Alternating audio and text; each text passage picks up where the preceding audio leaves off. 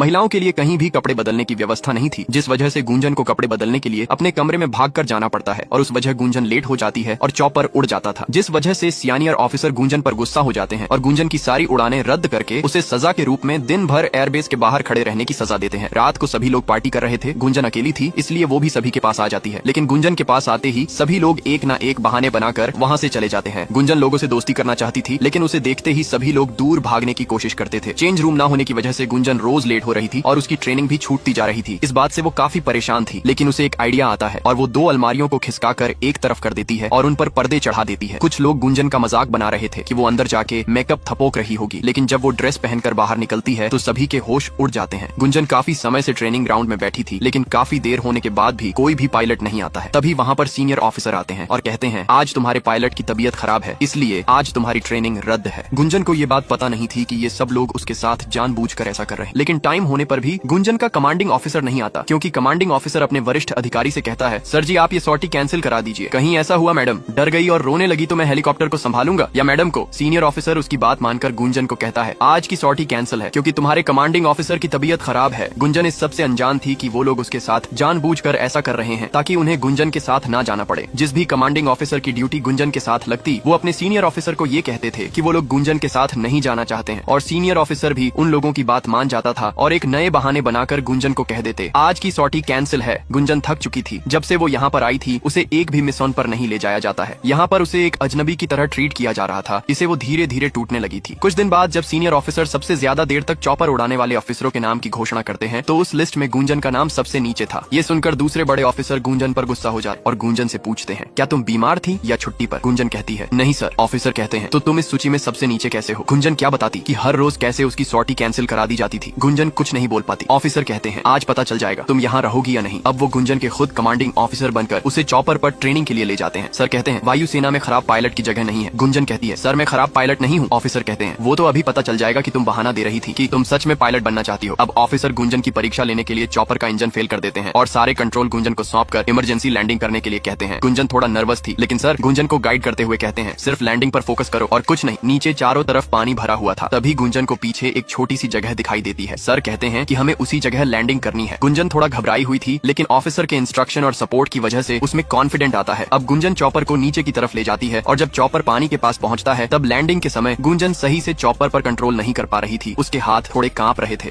अब गुंजन चॉपर को थोड़ा ऊपर उठाती है और उस पर पूरी तरह कंट्रोल करके सही जगह पर चॉपर की लैंडिंग करा देती है। इससे ऑफिसर बहुत खुश थे। वो गुंजन से पूछते हैं कि जब तुम्हें फ्लाइंग इतनी अच्छी आती है तो तुम्हारे फ्लाइंग आवर्स इतने कम क्यों हैं? गुंजन कहती है, अगर मैं कुछ बोलूंगी तो आप कहोगे एक्सक्यूज दे रही हूँ। ऑफिसर गुंजन की बात समझ जाते हैं और कहते हैं, कल से तुम्हारी एक भी सॉर्टी कैंसिल नहीं होगी क्योंकि अब मैं खुद तुम्हारा कमांडिंग ऑफिसर बनूंगा। गुंजन बहुत खुश थी क्योंकि काफी समय के बाद उसे किसी ऑफिसर ने समझा और अच्छे से ट्रेनिंग दी। अब हर दिन ऑफिसर गुंजन को ट्रेनिंग पर ले जाते हैं और चॉपर को किस तरह उड़ाया जाता है और उसे संभाला जाता है, ये सब गुंजन को सिखाते हैं। ऑफिसर गुंजन को बताते हैं कि अगर जगह चॉपर के लैंडिंग के लायक ना हो तो उसे किस तरह हवा में ही उड़ाए रख सकते हैं। गुंजन हर चीज बड़ी जल्दी से सीख रही थी और इस बार जब सबसे ज्यादा देर तक चॉपर उड़ाने वाले लोगों की लिस्ट बताई जाती है तो उसमें गुंजन का रैंक नंबर 1 था। गुंजन को यूं आगे बढ़ते देखकर कुछ लोगों का पेट पच नहीं रहा था, लेकिन अब गुंजन कॉन्फिडेंस के साथ आगे बढ़ रही थी और उसे जो चीज नहीं आती थी वो सब वो बड़े ऑफिसर से कहकर उनसे सीखती थी। लेकिन रास्ते में कुछ कांटे आने वाले थे जिनका सामना गुंजन को करना था। बड़े ऑफिसर की मदद से गुंजन सभी चीजों को बड़ी आसानी से सीख रही थी, लेकिन गुंजन को यूं आगे बढ़ते हुए देखकर कुछ लोगों के पेट नहीं पच रहे थे। गुंजन की ट्रेनिंग अच्छे से चल रही है ये जानकर उसके पापा भी बहुत खुश थे। अब गुंजन अपने कॉन्फिडेंस की वजह से सबके साथ बैठकर डिनर करने लगती है। इससे सबके चेहरों का रंग उड़ जाता है। गुंजन एक मिशन के बारे में सभी को एक्सप्लेन कर रही थी, तभी वो पहले वाले सीनियर ऑफिसर उसे रोक देते हैं और शेखर को उस मिशन के बारे में एक्सप्लेन करने के लिए कहते हैं। गुंजन पूछती है, सर मैंने कुछ गलत किया है क्या? सर कहते हैं, कुछ नहीं, टेक योर सीट। गुंजन कहती है, तो फिर सर मेरी जगह ब्रीफिंग शेखर क्यों दे रहा है? सर कहते हैं, डिस्टर्ब मत करो गुंजन। गुंजन कहती है, आपको प्रॉब्लम क्या है मुझसे? सर कभी सॉर्टी कैंसिल हो जाती है और आज ब्रीफिंग भी कैंसिल हो गई। ऑफिसर गुस्से से चिल्लाते हैं। गुंजन कहती है, मैं बस आपसे एक सवाल पूछ रही हूँ, आपके पास जवाब है तो दे दीजिए। ऑफिसर गुस्से में कहते हैं, तुम्हें जवाब चाहिए था ना, इधर आओ। अब ऑफिसर गुंजन को शेखर से पंजा लड़ाने के लिए कहते हैं और आपको पता ही होगा क्या होगा। बार बार लगातार गुंजन के पंजा हारने पर भी उसे ऑफिसर मजबूर कर रहे थे। सबके सामने गुंजन शर्मिंदा हो रही थी। ऑफिसर गुंजन को आंसू पोंछने के लिए रुमाल देते हैं और कहते हैं, गुंजन डिफेंस में कमजोरों की जगह नहीं है। जंग में आंसू बहाने वाले नहीं, खून बहाने वाले चाहिए। दुश्मन मासूम चेहरा और तुम्हारी बड़ी बड़ी आंखों में आंसू देखकर अपने इरादे नहीं बदलेगा, वहाँ लड़ना पड़ता है। हमारा काम है इस देश की रक्षा करना, न कि तुम्हें बराबरी का मौका देना। और अब से अगली बार कोई सवाल मन में आए तो ये सारी बातें याद कर लेना। सबके सामने ये सब फालतू बातें कही गई, लेकिन किसी ने भी कुछ नहीं कहा। गुंजन ने भी कभी नहीं सोचा था कि उसके साथ ये सब होगा। रात को गुंजन सोने की कोशिश कर रही थी, लेकिन लेकिन पार्टी की आवाज की वजह से वो सो नहीं पा रही थी, जिससे गुस्से में गुंजन वहाँ जाती है और स्पीकर का वायर प्लग से निकाल देती है। ऑफिसर गुस्से में कहते हैं, ये क्या कर रही हो गुंजन, पागल हो गई हो क्या? गुंजन गुस्से में स्पीकर टेबल पर रखती है और कहती है, हाँ सर, मैं पागल हो गई हूँ, अभी से नहीं, मैं तो पहले से ही पागल हूँ। मैं जो सोच रही थी कि मेहनत करके मैं भी इस यूनिट का हिस्सा बन जाऊंगी। नेक्स्ट, अब गुंजन कहती है, सर मैं ही नहीं, मेरे पापा भी पागल थे, जो बचपन से कहते आए हैं कि कॉकपिट में बैठने वाला लड़का हो या लड़की, दोनों पायलट ही होते हैं। पागल है ना पापा सर, उन्हें क्या पता था मुझे यहाँ आकर अपने आप को साबित करने के लिए पंजा लड़ाना पड़ेगा। गुंजन कहती है, कुश्ती थोड़ी करने आई हूँ सर, मैं यहाँ पर प्लेन उड़ाने आई हूँ, उठाने नहीं। गुंजन के साथ जो कुछ भी अब तक हुआ और इन लोगों ने किया, उसका दर्द उसकी बातों में साफ साफ झलक रहा था। सर कहते हैं, गुंजन बस करो। गुंजन कहती है, नहीं सर, आज आप सुनो, मुझे ना पता चल गया प्रॉब्लम क्या है। प्रॉब्लम मेरी कमजोरी बिल्कुल भी नहीं है, आपका डर है कि कहीं ये मैडम सर ना बन जाए, नहीं तो सल्यूट करना पड़ेगा, उसमें तो आपकी मर्दानगी खत्म हो जाएगी। गुंजन कहती है, सर मुझे इज्जत देने से आपकी इज्जत कम नहीं होगी, आई प्रॉमिस। गुंजन कहती है, छोड़िए सर, आपकी सोच, आपकी पार्टी और आपकी मर्दानगी आपको मुबारक। ये कहकर गुंजन अपना रेजिग्नेशन लेटर देकर ट्रेनिंग कैंप को छोड़कर वहाँ से चली जाती है। घर पहुँचने पर जब गुंजन के घर वालों को भी पता चला तो उसके घर वाले भी उसके इस फैसले पर उसे सपोर्ट करते हैं।